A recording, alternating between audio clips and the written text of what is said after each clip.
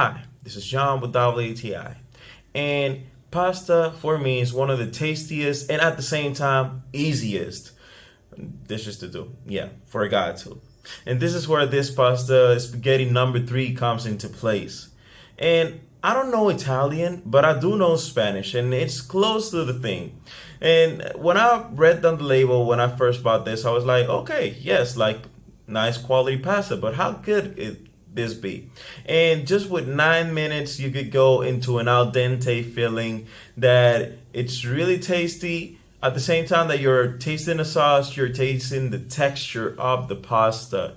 I would not go over those 9 minutes, and it just works wonders. You have this pasta, you pick your perfect sauce, and you put them together, and it just does the job perfectly. This is a great al dente feeling, and like the texture overall, you're just gonna feel like high quality pasta.